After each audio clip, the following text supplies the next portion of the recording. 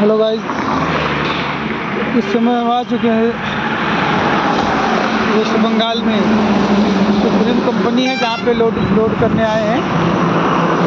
बंगाल में हम आ चुके हैं। देख लीजिए इतनी सारी गाड़ियाँ खड़ी हैं लोडिंग के लिए।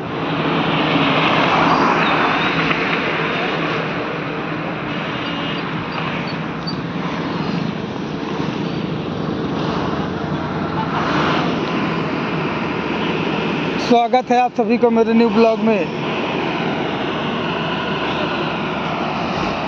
हम उम्मीद करते हैं कि आप लोग भी अच्छे होंगे। तो देखो गाड़ियाँ जाने लगी हैं अंदर। सुबह में लोडिंग चालू हो गई है।